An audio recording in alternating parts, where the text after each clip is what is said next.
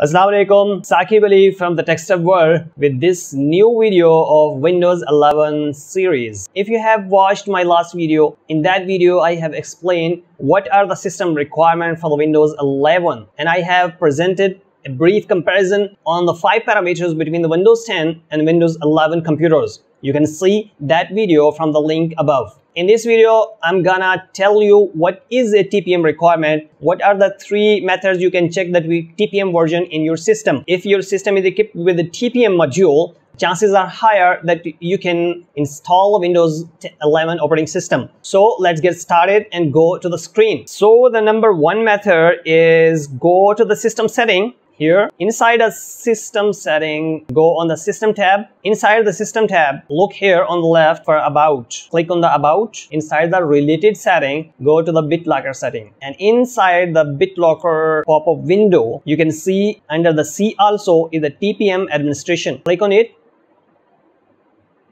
Here a new window will open. Here you can see the status and presence and version of TPM. Here you can see the TPM is present status. The TPM is ready for use. There is a TPM inside my machine. And for the version, you can look here under the TPM manufacturer information. Specification version is 2.0. Now the second method to check the TPM version is Windows plus R and type here the tpm.msc.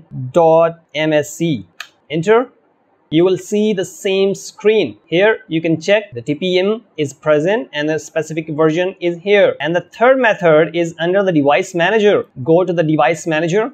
Inside the device manager, open the security devices. Here you can see the trusted platform module 2.0 is present. These were the 3 methods how to check the TPM version, TPM presence, TPM status in your machine. The one more thing in this video, I can tell you how to check the secure boot status. Secure boot status must be enabled to install Windows 11 operating system. So click on Windows plus R and type here the MS Info 32.